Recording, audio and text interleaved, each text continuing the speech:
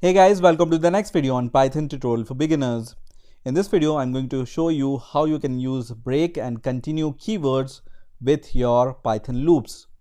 So to start with, I have here two loops. One is a for loop and other is a while loop. Now this for loop takes a list and then print every element out of this list using this print function. In a similar way, while loop evaluates the value of I. If it's less than 5, then it's going to print the value of I and then increment the value of I by 1. Now this is all normal and we have already seen this kind of code. Now you can use a break keyword with your loops in order to terminate the execution of loop immediately. So let's see how we can use break keyword first, and then we will see how to use continue keyword. So here I'm going to give a condition inside my for loop and I'm going to just evaluate whether x is equal to 3 or not, and if x is equal to 3, I'm going to use this break keyword. In the same way, I'm going to use this if condition inside my while loop also, but instead this time I'm going to evaluate I is equal to 3, and if I is equal to 3, then I'm going to use this break inside this if condition. So let's run the code and let's see what happens.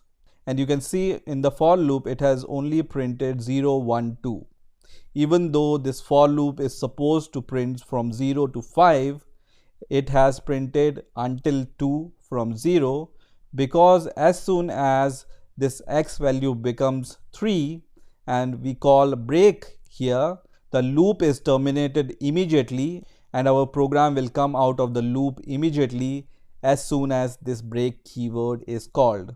In the case of this while loop also, as soon as this I value becomes 3, we are calling the break keyword, and as soon as this break keyword is called, our loop is broken and the execution of code will come out of this loop. So until 2 everything was okay, but as soon as the value becomes 3, this break is called and then we come out of the loop.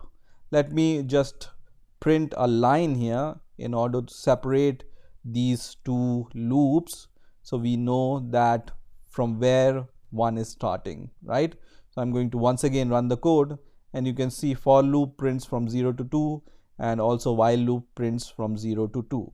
If you change the value here, for example here you want to evaluate x is equal to 2 or not, and here you want to evaluate if x is equal to 4 or not, and then you break out of the loop.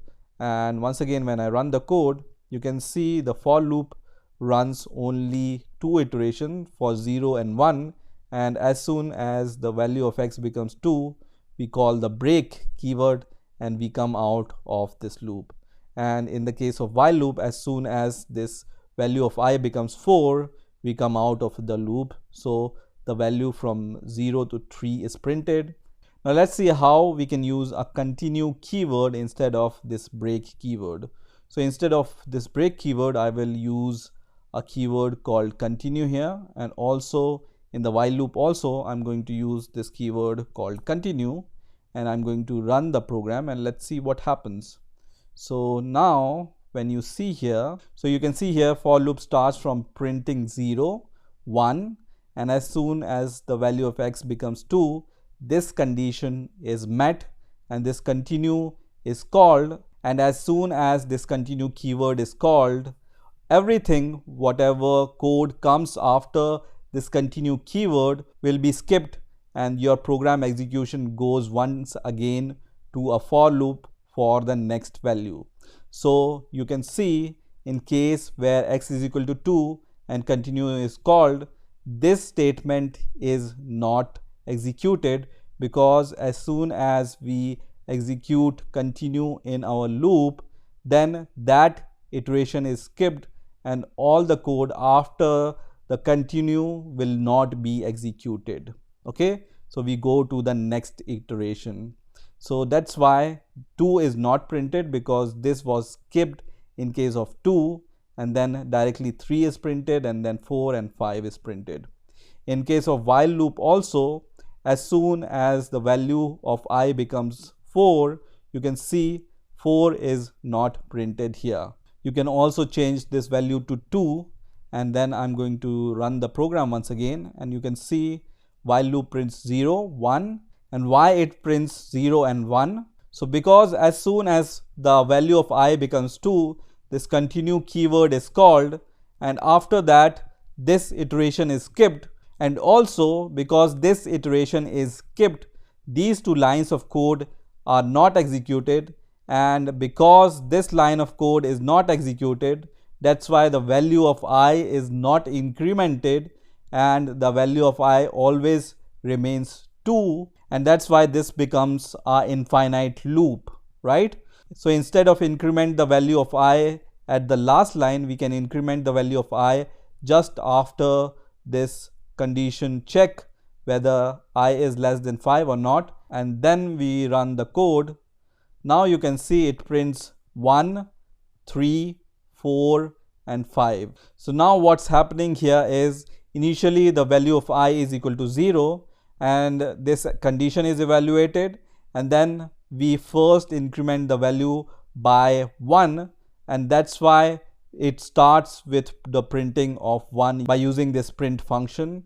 And as soon as I is equal to 2, this continue is called, and that's why here 2 is not printed, because as soon as the value of I becomes 2, this continue is called, and every code or every statement after the continue will be skipped for that iteration. That's why 2 is not printed here. So in this way you can use break and continue keywords with loop.